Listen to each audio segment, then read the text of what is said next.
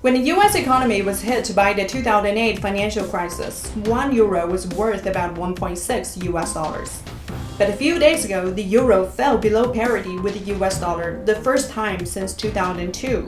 The euro is not alone. Most of the world's major currencies have depreciated noticeably against the dollar this year due to aggressive rate hikes by the US Fed. But reaching parity has a big psychological impact on the Eurozone. It has only traded below this level in early years of the euro's inception. It was a dent in the pride of Europeans who saw the common currency as an important political project and a rival to the dominant dollar. The euro's epic fall against the dollar is closely linked to the energy crisis it has been experiencing since the start of the Russia-Ukraine conflict. Its last leg lower came as gas flows through Russia's Nord Stream 1 pipeline shut for 10 days for maintenance.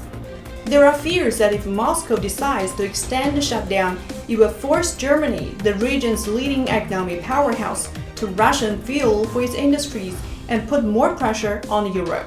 In the worst-case scenario projected by JP Morgan, a complete stoppage of Russian gas flows to Germany could see the euro crashing to levels around 0.9 to the dollar.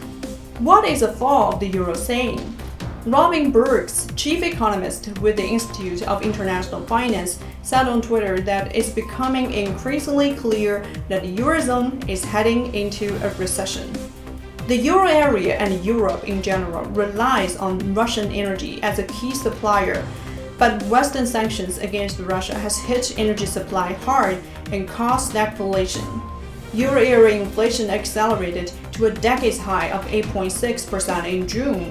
The weakening euro has further complicated inflationary outlook because most imports are priced in the dollar and cost more for Europe. In theory, a weaker currency can make exports more competitive in the global market, but any benefit that exports get from the weaker euro is being overwhelmed by spiraling energy costs. Germany, for example, just reported its first monthly trade deficit in 30 years. The fall of the euro should sound the alarm for Europe that it is paying more for the direct conflict with Russia. Blindly following the US to fuel the flames is not in the fundamental interest of Europe. The EU should negotiate with Russia to establish an enduring peace mechanism for the continent, or else Europe's long-term stability will be in question.